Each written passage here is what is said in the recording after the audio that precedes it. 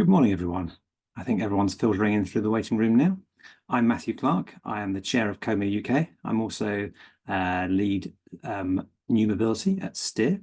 I'm very pleased to see you all today for the second session of the Como 2023 conference.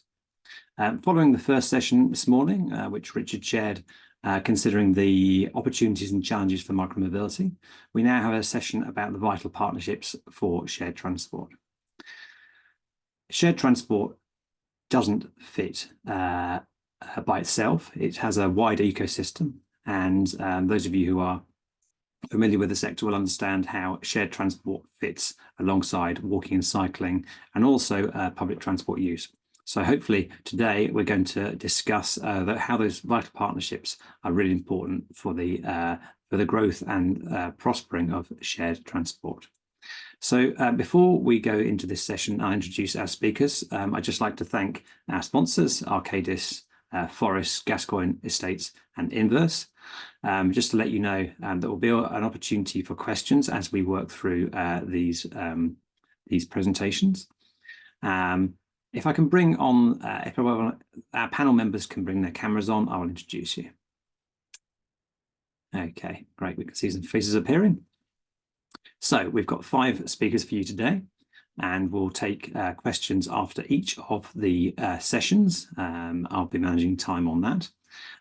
Happy to take questions either in the chat or once we've finished each of the presentations, we may have time for 1 or 2 chats verbally by video. It'd be great to see some faces, so I'll be coordinating that. So speakers today, we have Salo Taboada, who is the Risk and Communities Coordinator from Beryl. We have Alice Parker, Principal Consultant from Arcadis. Sam Dewhurst, who's the Business Development Lead from HiyaCar.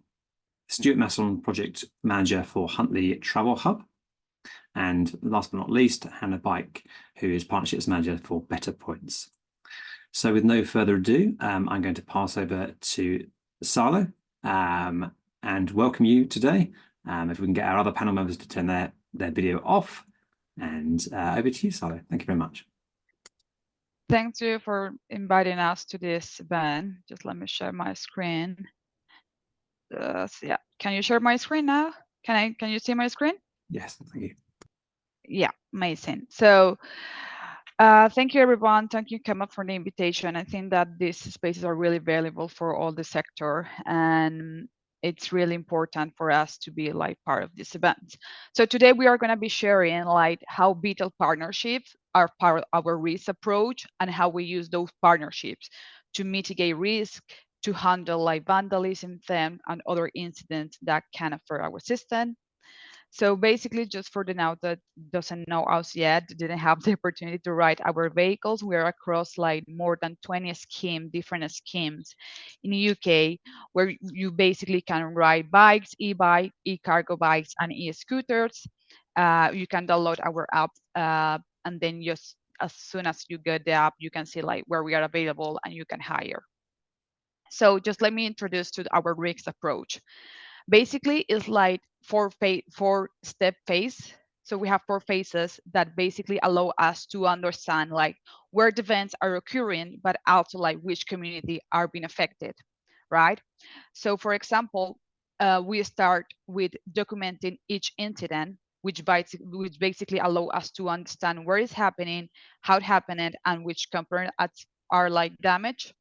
We also do it with all of these reports. We do analyzing trends, and then we just use this information to develop our strategy with local authorities and community engagement. So I will go through each of these phases. Okay, so the first thing is like, as part of our commitment to ensuring like safety and satisfaction for our users, we make sure that our own street team understand like what is vandalism, what is damage, and which part can be causing like any issues for the safety of our users. So actually, I would say that the phase 1 of this, the phase 0 of this, is actually with the training, because we make sure that everyone receives the same training, and like across the system, the different schemes, we understand like how we can improve this, right? So we started with documenting the incidents. We have like a different logistic tool that allow us to report this. And we what we started to do is like we started to map all of the incidents, and each council of each partner received like a monthly report of vandalism. So in order to understand this, what we do is like we start to overlap like our all our stations, all our uh, bay location, sorry, and then we started to understand like if, for example, any specific area needs more attention, of if, for example, the incidents are occurring in a same pattern, not only geography, but also like, for example, is the same pattern that we are seeing across different streams or across different areas in the same city, right? So from this, we started to say like, okay, how we can involve the the city councils, the councils, and how we can involve the local authorities, the law enforcement, to have like a better reporting for them, but also like to allow us to just like go further with the investigation. So the first thing that we did was that we asked the local authorities to be shared with us like where the cameras of the city and the camera that belongs to the police are in the city. And basically now we're allowed, or we are now like capable to report more efficient all our incidents. This is allowing us also like to make like specific cooperation with the law enforcement. So for example, there is a council in BCP that is actually apply for funds that allow them to patrol specific areas in the city that we know that have been targeted by individuals and are be causing like problems in the vehicle, that at the end this is like affecting the user experience. So this is like our main concern, is like how we can mitigate the risk for just don't being affected, that the user experience don't being affected by this, right? So for us, this have been like a really good improvement in the way that we report to the police. So we are capable to see, to say to the, we are not only capable to see like all the movement of the bike that, for example, was involved in a crime or was involved like in any other like a situation where the police want more details. We can track the vehicle and we can say to the police, okay, this person was with this bike at this time in this camera, and that allow them to go further with the investigation. And we actually have like really good cases where the police were able to identify the suspect or to just go to court with this kind of information, right? So that's what like our first step when we just started to cooperate. But then it's not only about like where are the cameras, it's not only about reporting, it's like how we can proactive react to this event. So basically, for example, I really like this idea that we had in November during the bonfire night. Basically, the council and the police already know the areas where we are going to have like experimenting issues during the night bonfire, because there, for the ones that doesn't know, it's like a night, there's like a lot of bonfire and a lot of fireworks, and usually the people just go like a little crazy around in the streets. So we were trying to prevent like, okay, how is this not going to affect our operation, and how this is not going to affect like the security of the person. So with them we analyze like which area we should like starting to move the vehicles like more frequent, and which area we should be closing, just in order to guarantee that our asset, and the most important thing, like the the safety of the user is going to be like guarantee. So we take this example as a proactive reaction to what how we can manage to do with the council and the police cooperations.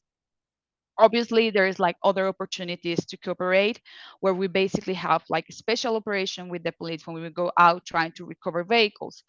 It's really important that this cooperation is not only about like asking them, but it's also like giving them the opportunity to be trained in our systems, because we need to understand that shared mobility is a concept that is not spread in the cities.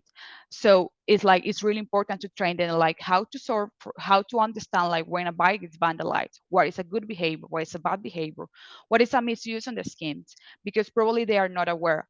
But what we have been doing, just like delivery training for them, and delivery like tools that allow them to identify where to park the vehicle, where the vehicle is supposed to be parked, how to detect, like for example, a stolen vehicle. So we have been sharing this information with them, and that's allowed them to go like for crimes or for any other activity that is not safety in our vehicle have been used for that. Okay, we have been, for example, doing more than 10 operation with the police in Great Manchester, where we almost recovered more than 100 bicycles. And this is really good thing to highlight, because this make understand the people also that this is a service that is public and at the end should be carried by everyone, and that include the police. So we have been found like a really supported teams in the in the laws enforcement, not only in Great Manchester, across different municipalities in the country, where we basically managed to work together to guarantee that all of the vehicles that, for example, get theft or go missing, we can recover them. So this is a really good example of this. The other part of the equation is like community engagement. It's not only about like making the people understand like the system in there or explaining how to use the system. Community engagement is also like how we can gain ownership of the people from our system, and how we can make them feel that the system belong to the city. So we usually visit around with that map that I show you. What we use, like we identify like where we're having problem, which local shops can be delivering information for us. So we contact them, we visit them, we put posters, we create relationship with the local shops that actually help us so much in delivering the information about the system. Because it's not the same like when you see like a poster and someone is telling you, oh, you can use this vehicle and blah blah blah. When someone that belongs to your community is delivering the information for you, you as a user receive the information completely different. So for us, it's like the most important thing that we have been doing during the last 6 months is creating relationship with people that allow us not to only growth in the like in number of rider, but also allow us to grow in ownership from the community. Finally, just let me introduce to you like our new slogan that is going to be that we are going to have like a full strategy that allow us to create more relationship with the community. This slogan is going to be take a stand, lend a hand, where we basically want to invite the community to report any misuse to us, and in the cases that are necessary, they are going to find like support from the police. And we just want to make sure that the community feel part and feel listened by us. I think that that's my time, but thank you very much. I don't know if I have time for question, Matthew. I think you do. I think you have time for one question. So I'm going to ask people, there's a raise hands function on the reactions, which is probably at the bottom of your screen. If anyone wants to ask a question, want to raise your hand, please do, and we can take that now. Okay, I've actually seen a question in the chat, so I'm going to go to that one. This is from Steve Joe Rotherham. The question is, do you feel that if local members of the community were directly invested and shared in service revenue in the bikes and scooters and participated in network governance, provided it might reduce vandalism and business risk? So I guess this is if people feel that the service is for them and they're engaged in the service rather than it's imposed upon them. That they I think that Steve, there is a point here. Like, it's not only like about involving the community when we already have problem. It's also involving the community from the planning. So it's really important, like the community feel listened when we are planning shared mobility systems. For example, if we are going to put a bay just in front of a local shop, make sure that you have conversation with them and make sure to understand like a lot of our funds or a lot of our investments come from private sector in this market, but also a lot of council are doing huge efforts to deliver shared system. That is our case. So our principal partnerships are councils. And at the end, this is the money for everyone. So we want to make sure that the community understand that this is part of the public service that the council is offering for them. But we want to make sure that they feel listened from the beginning, and not only when we already have the plans. So I think that the answer is like, we want to make sure that the community participate in the planning, in the operations. They feel part of everything during the creation of the system and during the operation. Thanks very much. If you can stop sharing your screen, I think Sure. we'll be able to see. I'm going to take one last question on this topic from Mark Strong. Mark, what's your question? Hi, so it's quite similar to Joe's question recently, but I think most people don't really want the financial burden of trying to worry about investment, but they do want a partnership. I got to declare I'm a consultant like Matthew working on this sort of thing, but I'm also a user of your schemes across the country. And there is a disconnect between when you want to provide feedback about whether you provide that to the local authority or to the operator, yourself or other operators. So do you think having some sort of more proactive get-together membership type arrangement, as you say, before problems happen rather than after problems happen, would actually work better, some sort of club type feeling? I mean, this goes for my feelings on car clubs as well, that trying to get people to show a sense of responsibility to other users would be engendered by having some sort of get-together, either virtual or physical. Do you think that would help? I think that definitely yes. For example, there is like another kind of partnership that we did. It's related, for example, with local charities. So, for example, we just offer to them like bundle minutes in our system that allow them to have like develop their works or develop their activities, and that also help that to create that sense of ownership of the scheme. I really believe that it's not about the revenue. We believe that it's about like the service that we provide, and the people are capable to understand that. So that is like more like our strategy. Just make sure that the people understand how they can use the system and the benefit that the system can bring to the community. So in some occasions we established like we found like the funds to be like promoting the use of device in different kind of business, local business that allow us to deliver that message. Thank you very much, Salo. That's been great. No worries. I'm going to invite our next speaker, Alice Parker from Arcadis, to the stage. Thank you, Alice. Thank you, Matthew. Let me just share my screen.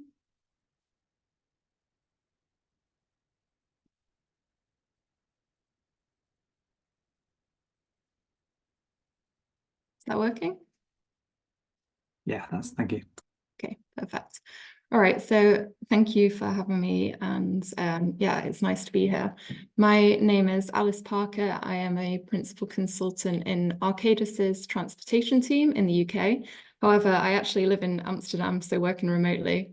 And as you can imagine, a lot of my journey is by bike or by shared transport. So the topic of this conference is quite relevant for me, and something I'm interested in on both a work and personal level. So it's good to be here. And today I'm going to share about why and how we partner at Arcadis on mobility projects, and also share a short case study on one of our projects that we're currently working on with Como UK. So as an introduction to Arcadis, we're a global design and consultancy company for natural unbuilt assets. We work across 4 business areas, so mobility, resilience, places, and intelligence. There's a few stats about us on the screen. We're born in the Netherlands, actually, but we now have over 40,000 projects and 36,000 people worldwide. So it's a really great learning ground for us to learn from other places, people, and projects. And here in our transportation team, we work on lots of different projects, and many of those focus around shared mobility. So on the screen, there's a few examples of projects we work on in Scotland, Wales, England, and also a couple from the Netherlands.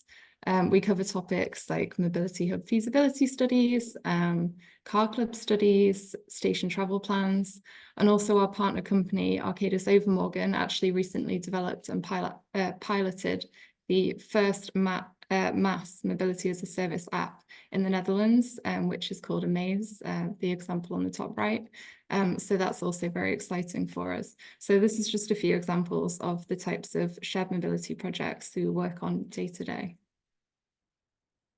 And at Arcadis, we like to partner with all sorts of organizations. So we partner with other consultants, technology companies, charities, universities, and we also can consider our clients and their stakeholders as our partners too, because in all our projects, we make sure that we work in close collaboration with both of those parties. And the reason we like to partner on our projects is firstly to provide better solutions, so making use of our partners' different skills and capabilities. We also partner to create new solutions. So for example, maybe if we're creating a new digital product, but we don't have the skills internally, sometimes we might partner with a technology company, and we've done that a few times in the past. And another reason we partner is to share knowledge, so to learn from other companies, for other companies to learn from us, and overall just to provide a better solution for our clients and their users, the end transport users. Now on the screen are a few examples of the partners we work with in the mobility team. As you can see, Como UK are at the top left, and we'll come to that in a moment.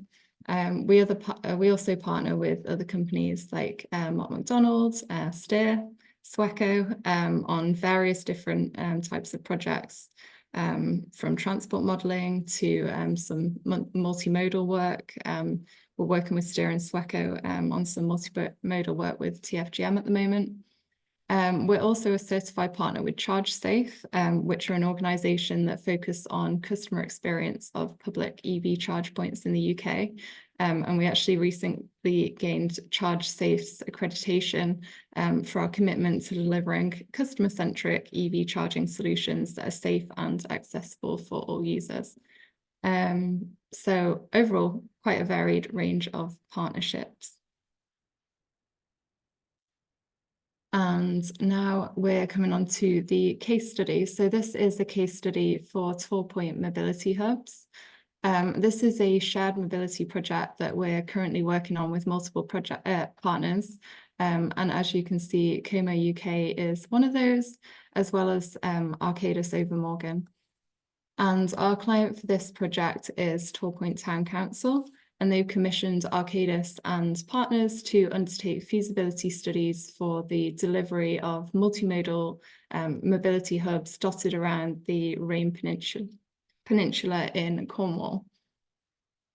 And the Rhine Peninsula is this beautiful part of Cornwall opposite Plymouth. You can see it on the screen at the moment on the map. It's quite a rural area with beautiful woodlands, coastlines and heritage sites, but it also includes a few settlements, Point being the main one in the top right. And it also attracts lots of tourists throughout the year. To support the resident population and increase in tourist numbers, Point Town Council would like to introduce mobility hubs as an innovative way to integrate the peninsula's existing transport services and also to encourage the uptake of more sustainable modes. So Arcadis, Como UK and Over Morgan are working together to undertake feasibility assessments for an initial 6 of these mobility hubs. Move on. And this is what our partnership looks like. So I've tried to provide a breakdown of the expertise and responsibilities of each partner, but in reality, it's a very collaborative project, as you can imagine, and there's a lot of overlaps between each of us. So firstly, starting on the at the bottom right, Arcadis over Morgan have been key to providing support and assurance on our methodology and approach to the project. They have lots of international experience of feasibility studies and designs of mobility hubs, which they've done in the past, which we brought to this project. Como UK, of course, are experts in shared transport and mobility hubs. So we've used their mobility hub standards and knowledge to guide the design of the 6 hubs in line with best practice, and also to accommodate for site-specific needs and requirements. And then finally, Arcadis is responsible for all the project management of the project. We've also undertaken the baseline transport assessment and the assessment of the existing site conditions. We've also developed some designs and some illustrations of what the mobility hubs could look like. And then based off those, we've developed some cost estimates for each of the hub as well to feed into the feasibility study. So, and of course, there's also the clients and stakeholders, which I mentioned earlier, are always a key part of the project. And throughout all of this, we've been working closely with Torpoint Town Council and also their stakeholders, including local councillors, owners of some of the heritage sites, or stakeholders from some of the heritage sites, to develop out the mobility hub designs and feasibility studies. So yeah, as you can see, each partner has fed into this project with their specialisms and expertise to ensure that overall we create an output that provides the best solution for our clients. As I mentioned at the start of this case study, this project's still ongoing, but I believe so far the partnership has been incredibly successful. Between us, we were able to provide bespoke designs for each of the mobility hubs, the 6 mobility hubs that consider Como UK's mobility hub guidance. There's a couple of the draft illustrations of the mobility hubs on the right. The top is a town centre hub in Torpoint, featuring bike share services, bike storage, wayfinding, various types of signage, and information around public transport in the community.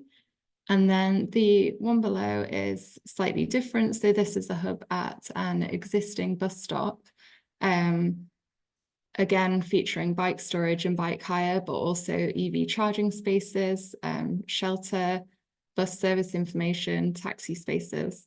So facilitating lots of different modes. This is just 2 of the 6 hubs that we've created designs for and undertaken feasibility studies on, but all of them look completely different from one another. We started with a different baseline for each of them. So yeah, this is just a couple of the examples. Another thing we've been able to do with our partnership is to create cost estimates for each of the hubs, which will feed into our clients' funding bid for the actual development of the hubs. And then finally, we were able to provide a detailed assessment of the feasibility and considerations of actually delivering the hubs based on our existing knowledge and experience of delivering similar projects, both in the UK and internationally. So overall, this approach has and continues to be a really collaborative approach between the client, the stakeholders and partners. And we think this is key to achieving a successful outcome. So Thanks very much, thank you. Thank you. If you want to stop sharing your screen, then we'll be able to see you on screen. That would be great. Are there any questions from the audience? Just raise your hand if you've got a question. There we go. So we've got, I'll take a question from Augustine. So you can probably see it in the chat there. What are the stronger challenges in terms of the technology for mobility hubs? So I guess in what you've done, where have you seen a challenge in terms of the technologies you might want to introduce?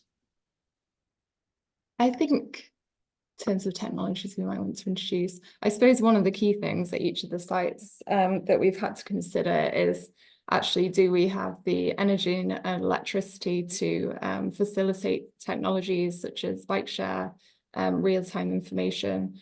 So that's one of the important things.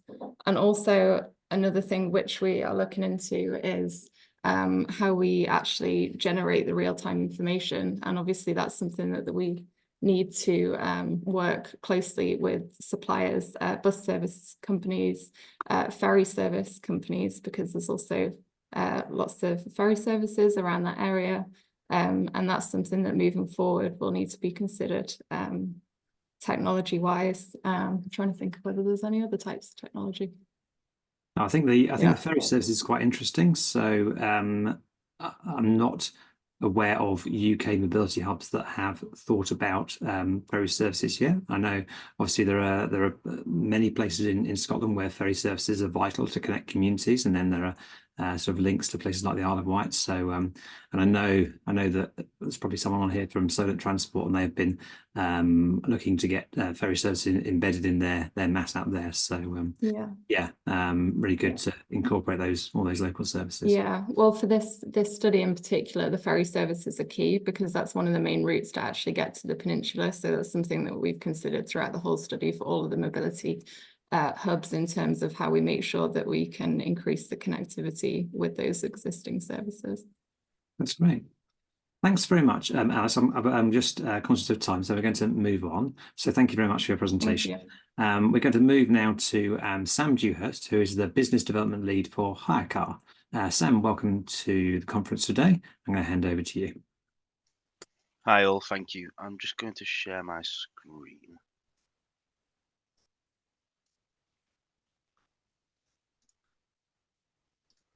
Let me know if that's all good. All good, yeah. Perfect. So thank you for having us on the call today. What I'm going to talk about is HiyaCar's partnership with the NHS for our initiative of pool cars and sort of our corporate car club offering. So you might be thinking, pool car solution, HiyaCar just does car club. What is the pool car solution? So essentially, it's born of 4 key pillars.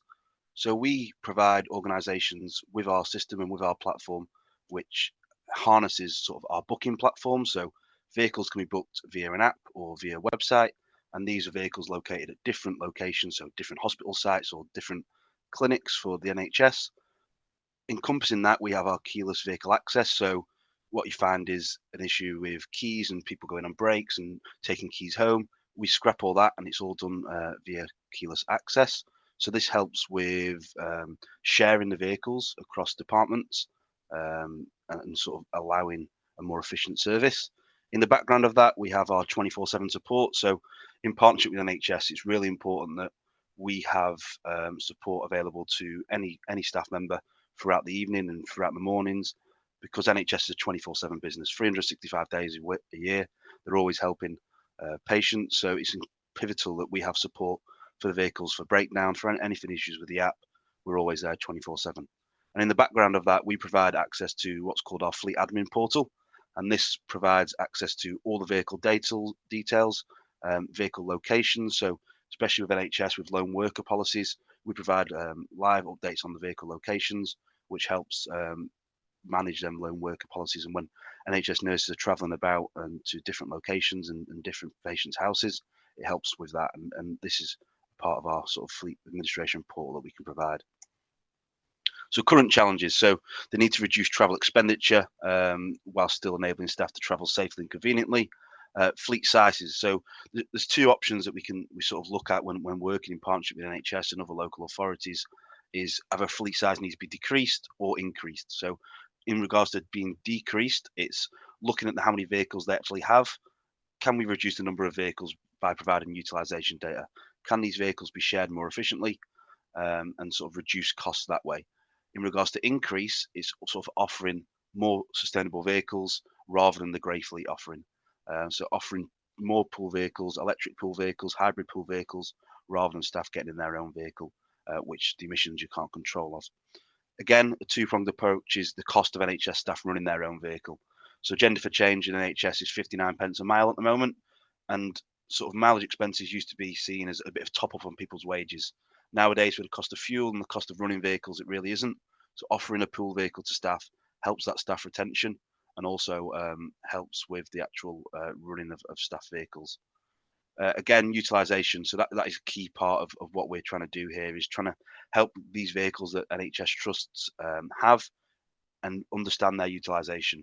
can we increase that utilization by sharing vehicles between different departments who wouldn't usually, and creating that sort of corporate car club. So existing customers and partners, so all about partnerships in this presentation. So we work closely with two rather large NHS trusts in Norfolk, as well as NHS Wales, and we do a lot of work with NHS Net Zero in trying to expand sort of our offering to NHS trusts up and down the country. So some headline stats. This comes from the NHS Net Zero Travel and Transport Strategy, who we work closely with. So total grey fleet emissions. So this grey fleet, if people aren't aware, is people using their own vehicles for business travel. So a nurse using her own 2007 Renault Clio, for example, traveling around. So that equates to 139 kilotons of CO2 a year within the NHS. That's just normal people's vehicles using that rather than the actual NHS vehicles. 20,000 fleet vehicles, so that's pool vehicles, vans, all that jazz. They have one of the largest public sector fleets. NHS mileage, so this is across fleet and grey fleet, is a 460 million miles a year. So you can imagine the CO2 coming from that. And this is a quote that comes directly from NHS Net Zero. So these miles conducted, obviously saving lives at the same time, but directly contribute to 36,000 deaths that occur every year from air pollution. And where sort of HiyaCar and Como fits in, you can see on the sort of graph on, I can't sure if it's the right or left hand side of the triangle graph. It's electric vehicle and car sharing solutions, and even ICE vehicles, looking at them non-plug-in hybrid vehicles. And this is what HiyaCar sort of help in our partnership with NHS sort of enable. So how our partnership with the NHS helps. So we help instill a culture change. So is a culture change within the NHS? Departments are used to having their vehicle and that vehicle is dedicated to them. It's all about creating a sharing culture. So can the IT team share with the HR team? Can the district nurses share with the community OTs? So this is what the HiyaCar is about, and we help NHS is change policy and look at culture change. Grey fleet emissions, again, as I mentioned, improve utilisation. So get these vehicles shared. The NHS and overall public sector organisations are paying a lot of money for these vehicles. Can we improve how much are actually getting used? Emissions data, so that's obviously key for the vehicles that haven't transitioned to EV yet, providing sort of comprehensive data to help the transition to EV, and it really does help. So what you find in the public sector is a lot of people have range anxiety and not sure whether the EV change and the transformation is really for them. But we help provide sort of trip maps and data to say, look, the average journey is about 40 miles. You've got a 22 kilowatt charger. These pool cars are more than able to be part of the scheme. Departments sharing vehicles and create cost savings. So we'll move on to that in a minute. So as you can see in the output comparison, a grey fleet, sort of 100 people doing multiple different journeys, and the cost of that compared to sort of pool cars and pool cars powered by HiyaCar. The numbers differ because of the amount of shared miles we can actually get from the pool car system, especially using HiyaCar. So in regarding vehicles, HiyaCar can provide vehicles or just supply our tech-only solution. So if an organisation already has a massive fleet, we can retrofit our technology into that fleet. It's non-intrusive tech, or we can provide vehicles, and we do that via the CCS discounted prices, which compared to different sort of car club models, the public sector really do get the benefit from the pricing on that in comparison to grey fleet. So a case study. So Norfolk Community Health and Care Trust, we got them down to around 27 vehicles from around 35. That's by sharing utilisation data and sharing the vehicles across different locations and departments. £140,000 saved in year one, which is 58% reduction in costs. We increased their utilisation by 64%, and that's spread across the 6 different locations. So this is a key part of our collaboration with the NHS. So I keep mentioning sharing between teams and sharing between different NHS organisations and different sites. What we do is help create what's called markets or different pools of vehicles. So you can see here in the general market, they might have to share that between the district nurses, the exec team, the transport team, social care, IT. That's a pool of vehicles that's shared between their team. What would happen without the HiyaCar system is each team may have allocated 2 vehicles. If that vehicle has gone out for the day and the team doesn't have their access to that vehicle, they would previously either get a taxi, which you can't control the emissions of, get in grey fleet, which again you can't control the emissions of, or get a daily hire, which to get an EV daily hire on a daily basis is extremely difficult. So the emissions you can't control that of. So what we say is create a general pool, and these vehicles can be shared, and that helps increase utilization, increase sustainability, and increase efficiency.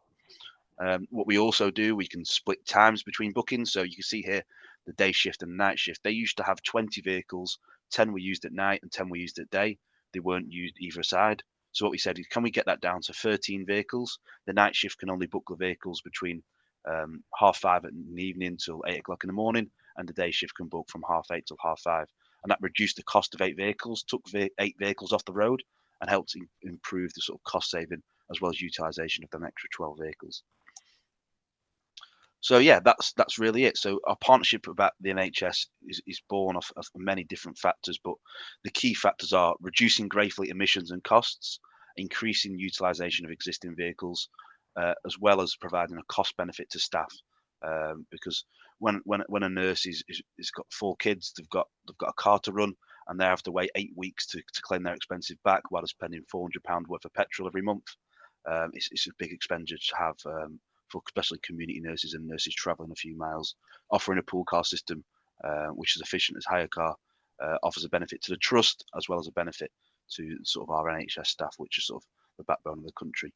I just want to leave on one final quote that in our partnership with NHS and NHS Net Zero is it good healthcare if it's not sustainable? So if we're running all these grey fleet vehicles, as you see by the NHS stat of 36,000 deaths linked to that sort of mileage, electric pool vehicles sort of help in that sustainable healthcare battle. Thank you. Thanks very much, Sam. If you can stop sharing that one, then we'll be able to see you on screen. That would be great. And I'm going to see if there are any questions from the audience. Whilst I'm just seeing if there are any questions, I'm just going to ask one myself. So in terms of getting these things up and running with the NHS, I imagine there have been a few challenges along the way. What have you learned that you think can be used in other sectors, whether it's the public sector or private sector, other businesses or other employers? Yeah, so for public sector, I know the procurement strategy for the NHS is changing in 2024 in April, but frameworks help massively. So that's a big sort of way to access the public sector, but also. So the NHS as a whole each trust hasn't been said, right, here's £100,000 to spend on sustainability. They're just sort of having to spend on sustainability through existing budgets that are already being cut. So showing them a sort of a cost efficient way of offering sustainable practices is probably the easiest and best way to sort of work with the NHS. If you can show them a benefit to staff, a cost efficient service, as well as a sustainable service, they're the sort of 3 key things that the NHS look at. I know it's not always possible; things do cost money, but they've got strapped budgets and they're trying to also meet their green plans and sort of NHS net zero targets. So if you can show them where they might just have to spend a little bit of money, but also get money back and sort of sustainable benefits, that's probably the way to do it. Right, I've got a question for Connor in the chat. So his question is, what is the utilisation like on the HiyaCar fleet? I think perhaps we'll say on the case study, you can talk more generally if you want, but on that case study. And then supplementary question is, how does the charging work for the EV fleet? So in regards to Car Club, I probably wouldn't have that. I work more on the pool car solution side, but as you can see with NCH&C, it was 67%. So how we helped improve that is by creating something called auto cancellation. So a lot of nurses will get their schedule for 12 weeks in advance, and they'd book a vehicle every Monday, Tuesday, Wednesday for that 12 weeks.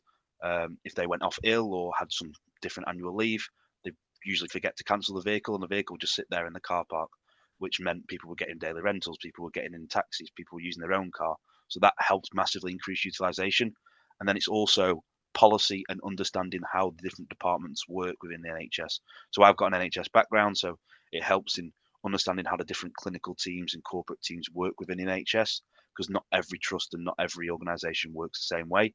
But we really delve into sort of meeting with the different teams who are using the pool cars and meeting the sort of policy creators and helping drive that policy to drive people into pool cars over their own vehicle. So yeah, 67% was, I think it was up from around 35. So yeah, it's a big driver. That's great. Excellent. Well, thank you very much, Stuart. Sam, for your time. Moving on to Stuart. That's been great. We're now going to move on to Stuart Masson, who is project manager for Huntley Travel Hub, and that's part of her Huntley Development Trust. So, Stuart, welcome. If you could come on the screen, and look forward to hearing from you. Thanks, Matthew. I'll just share my screen here for you guys.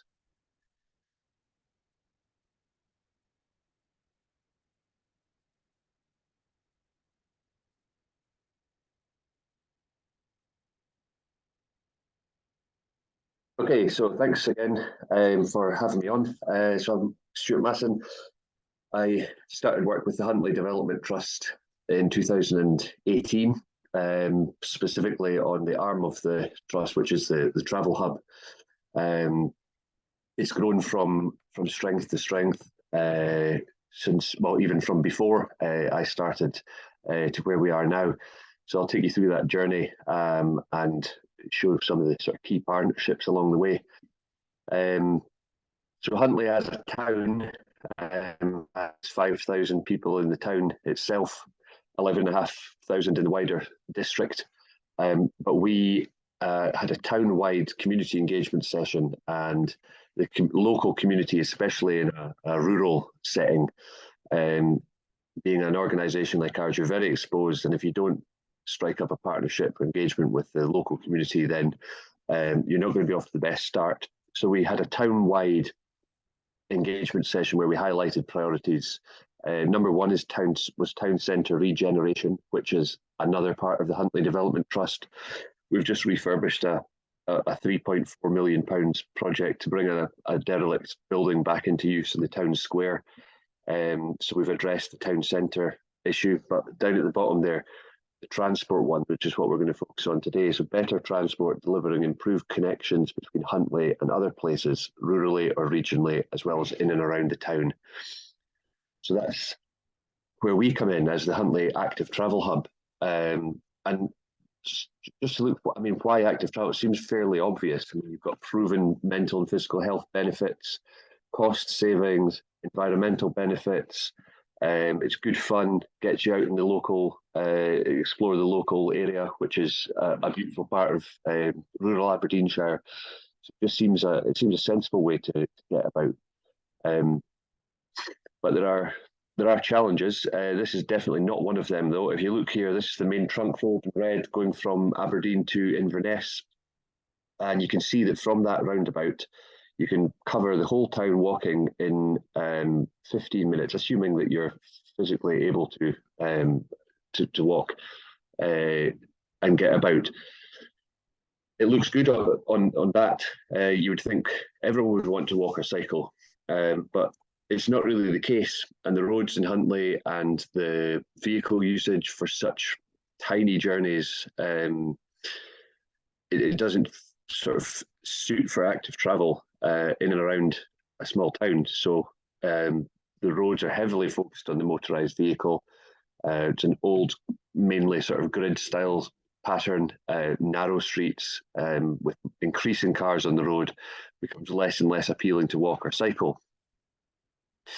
So where do we come in? So we have recently purchased premises, the town centre of Huntley, which is shown here in the picture. This is the Huntley Travel Hub are now based here. So we have a base for operations, so working base, plus a base for a bike maintenance, which you can see in the picture at the bottom right there. For the electric bikes, a place for people to come in and sign up to the car club, book the community minibus, general active travel information about maps, routes.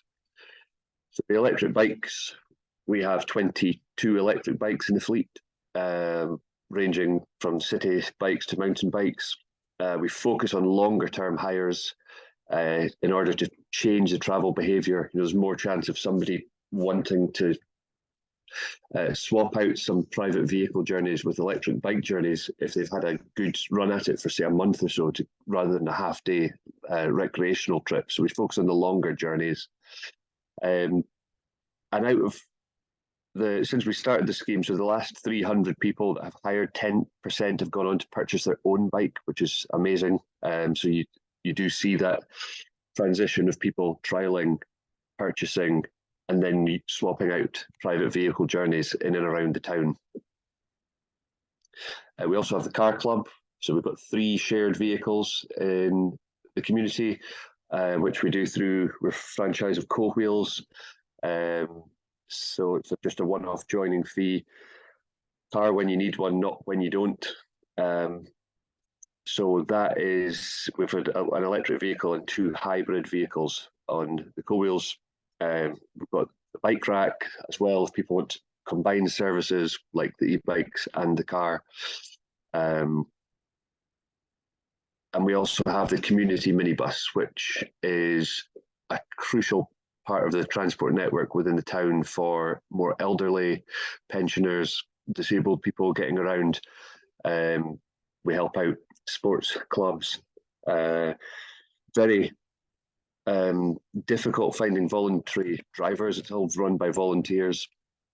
But we have 3 amazing volunteer drivers at the moment who help out and we also offer the bus for self-hire, which takes the pressure off us having to find the volunteer drivers for that one. So that's basically the 3 arms of the hub itself in terms of assets, if you like. So we've got the cars, the bikes, and the minibus. And we're also looking at Mini Holland. So Mini Holland, we've spoken about at a conference a number of years back, and the pictures there are from Waltham Forest, just outside London, which I'm sure some of you are familiar with. And we took inspiration from watching this presentation, and we got in touch with the organisation who implemented that project or helped to implement it. And we thought, why not try and recreate that in Huntly? So we started work on the community engagement using this platform Commonplace, where the community are invited to drop pins on certain areas of the town, leave their feedback on how that particular piece of infrastructure makes them feel, which has allowed us to hone in on a particular area around the school and Huntly Square, which is particularly bad for traffic, especially on the school run. We've been able to divide the town into 3 main areas. Again, in partnership with the community, they've been the ones that, well, all of us, dropping these pins and commenting, and it's building up a picture of how we can improve the infrastructure within the town. It's all very well providing the bikes and the cars and the minibus for people to use, but if the infrastructure is not right, then people are not going to want to change their travel behaviour anyway. So that's why we've gone down this route. And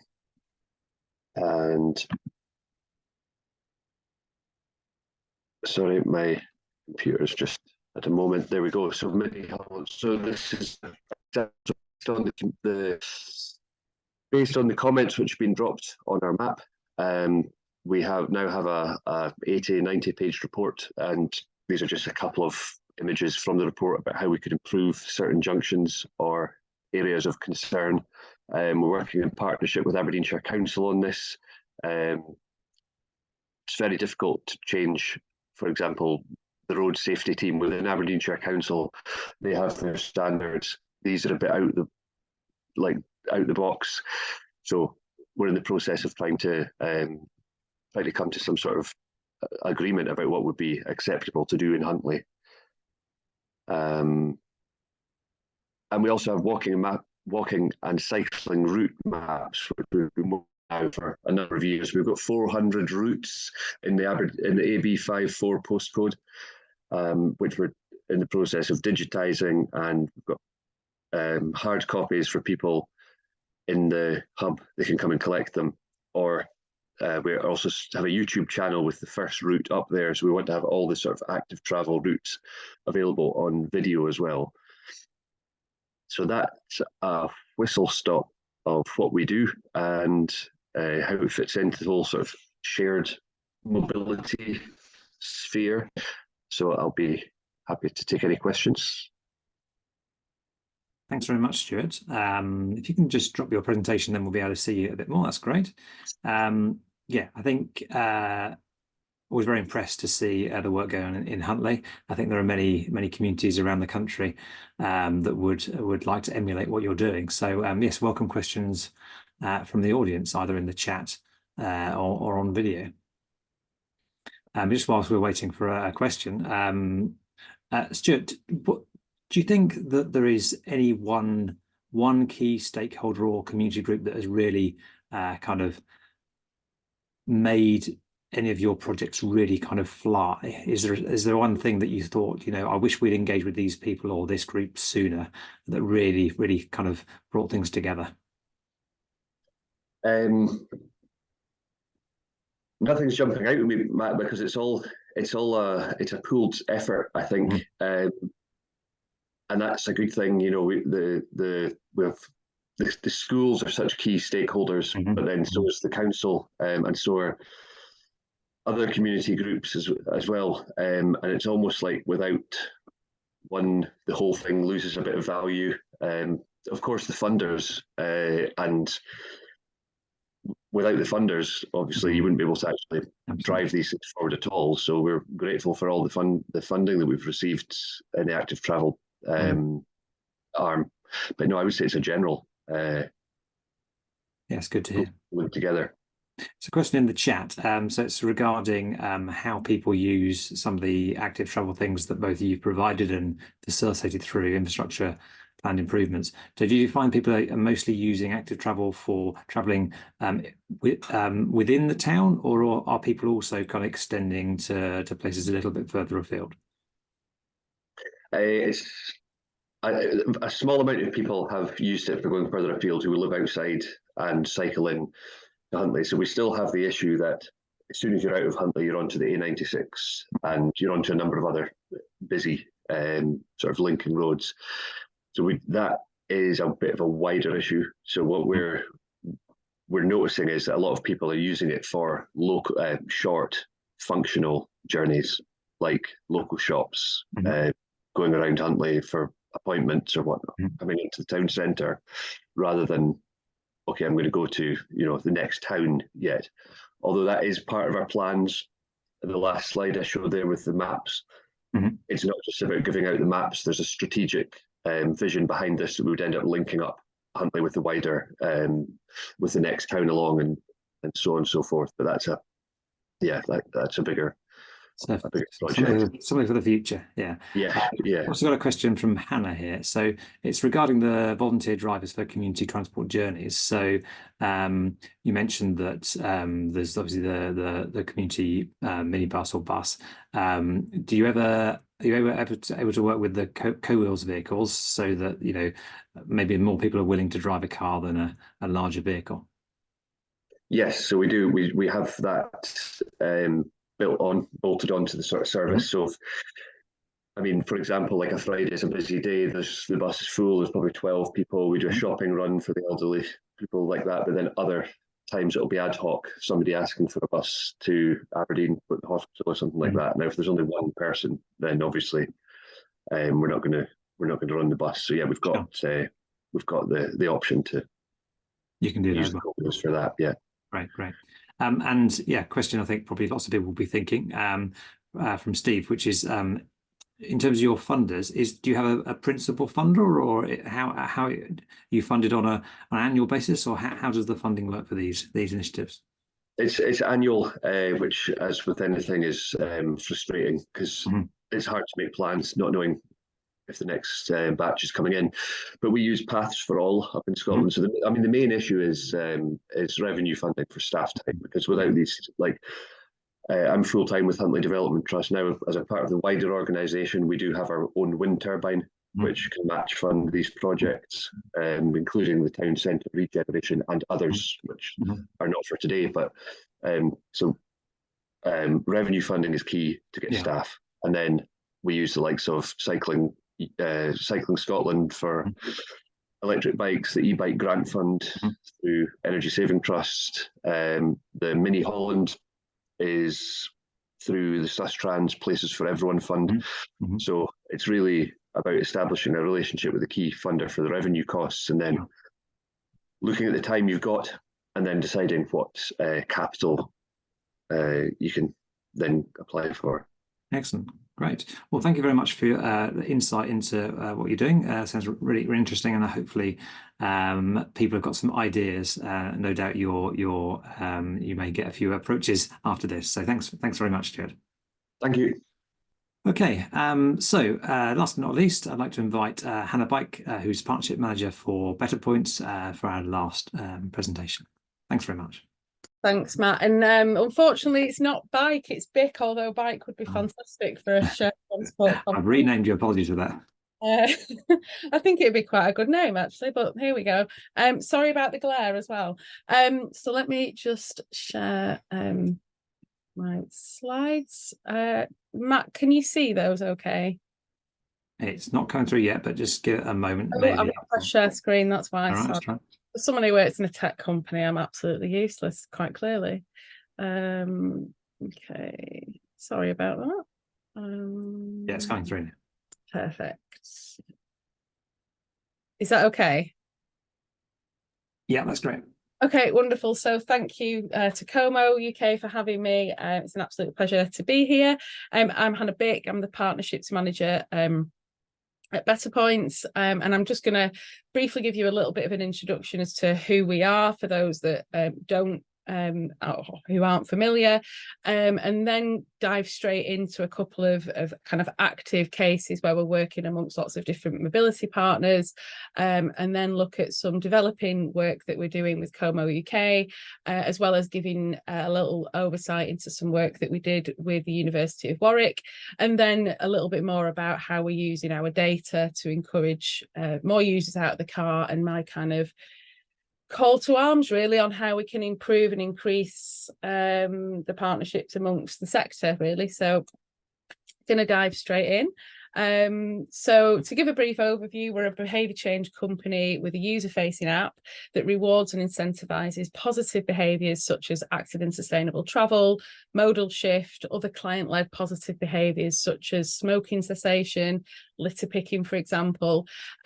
We have the ability to gather quite intensive travel survey data and subsequent behaviour change.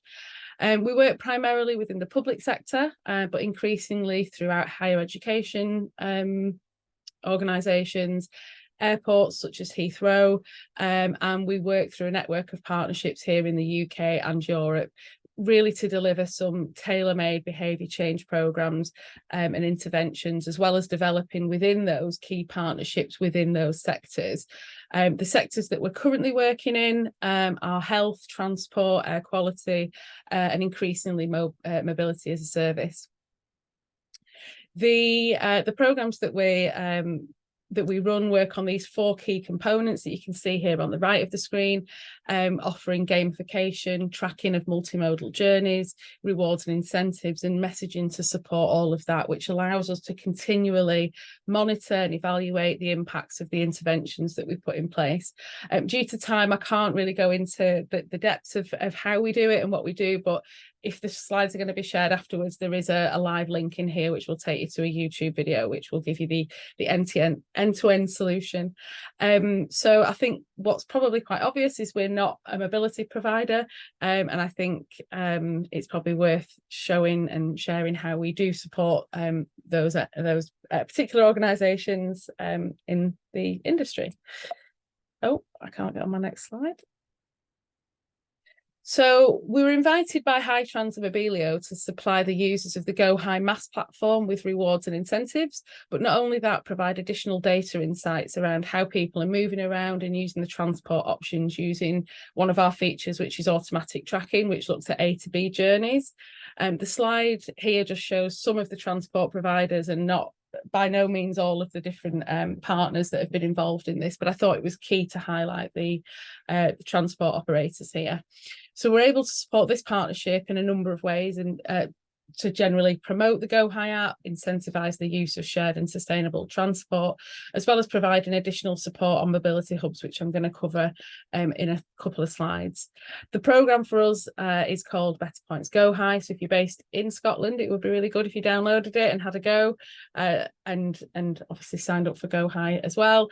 It's really still in its infancy. We launched that on the 13th of November, and so at the moment we're gathering new users, we're gathering interesting data insights, and hopefully we'll have some interesting insights to share in the spring once we've had a bit of a run at it.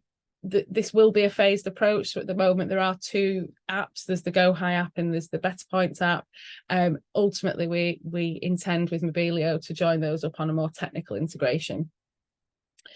As part of that, Brompton Bike Hire are a part, and what I wanted to do is just demonstrate just one of the partners that we've got already in the app.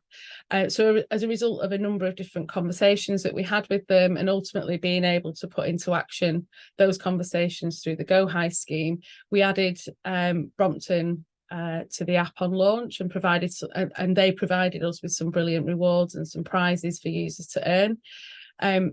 We've done some cross promotion between us, and we will provide marketing opportunities to get people booking their bikes through the Go High app, and encourage users to download out, and they will too encourage people to download the BetterPoints app.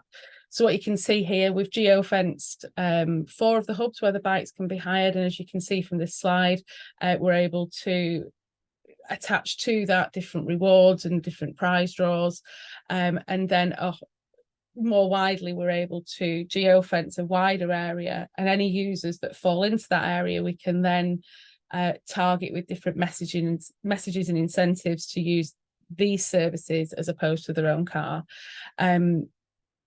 As far as I'm aware, and I am aware actually, Enterprise are going to be on the same hub, so ultimately Enterprise will be added in there for their car club as well, but this is the example that we've got live in the system at the moment.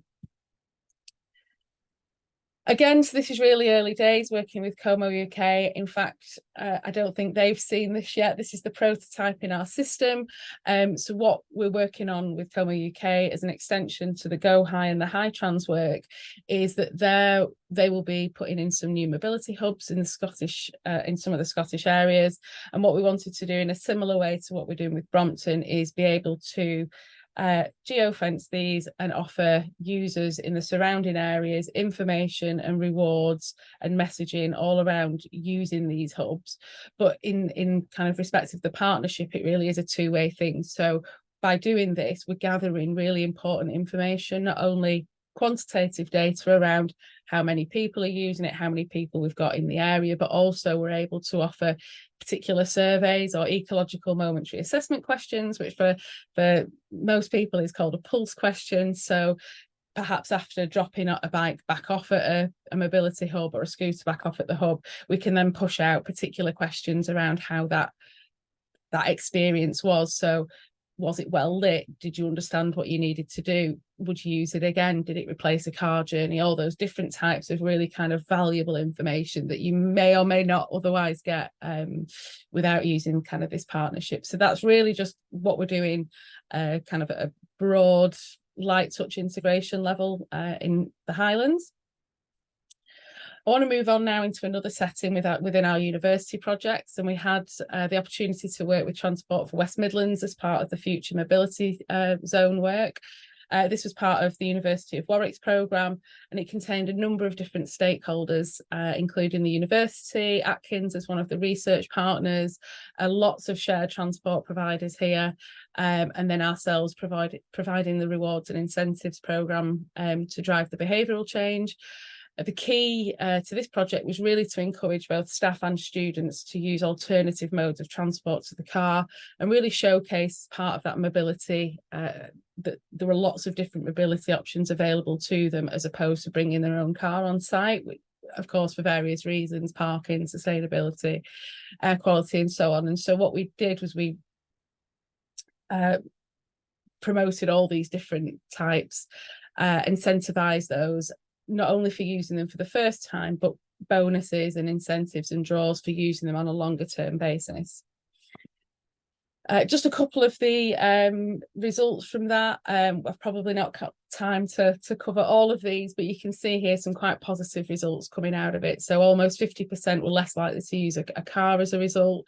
Over 50% were more likely to walk or cycle. So I think that in itself are really good. And we've managed, of those journeys that we monitored, we were able to replace 58% of car journeys, which I think is fantastic. But again, feel free to have a look at these slides if there's a little bit more time. Sorry, if you've got these after the event. Just really quickly, because I know I'm probably running out of time. We're doing some work at the moment with car driver segmentation, and this really is my call to arms.